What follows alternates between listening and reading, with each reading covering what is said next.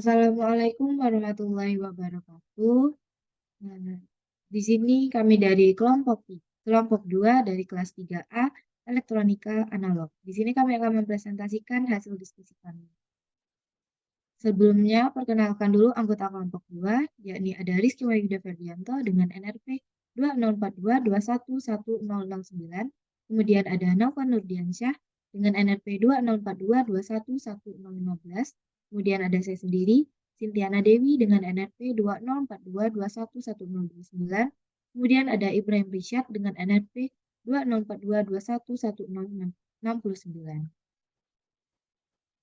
Di sini kami akan membahas tentang bipolar junction transistor atau BJT.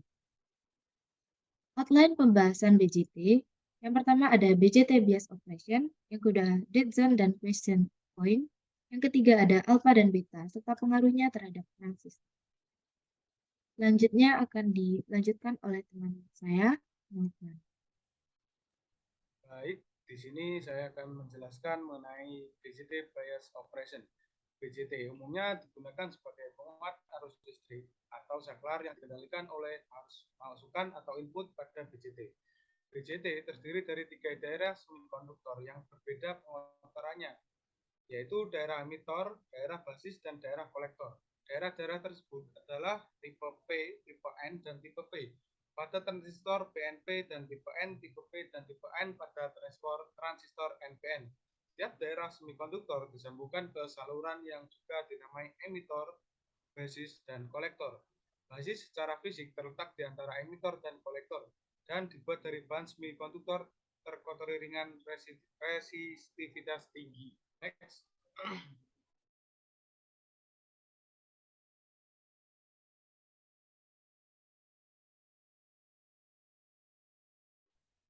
Baik, untuk dead zone merupakan karakteristik dari transistor untuk dapat beroperasi dengan tegangan minimum yaitu 0,7 volt sampai 0,7 volt. Dead zone itu adalah tegangan yang masuk pada kaki basis transistor.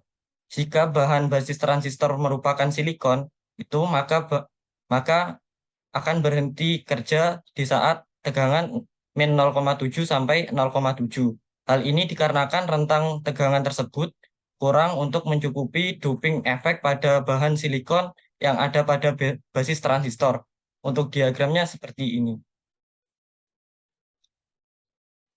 Selanjutnya akan dilanjutkan teman saya.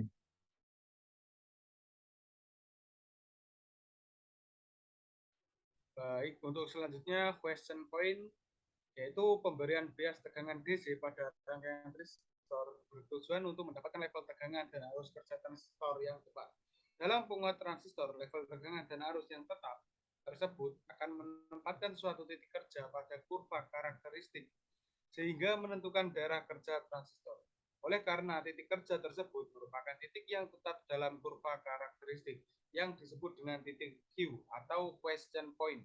Pada dasarnya, titik kerja suatu rangkaian penguat biasa diletakkan di mana saja di kurva karakteristik agar rangkaian penguat dapat menguatkan sinyal dengan linear atau tanpa cacat.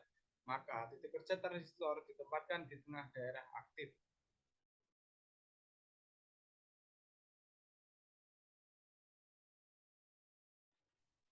Kemudian ada alpha dan beta. Alpha yakni merupakan faktor penguatan arus pada basis bersama.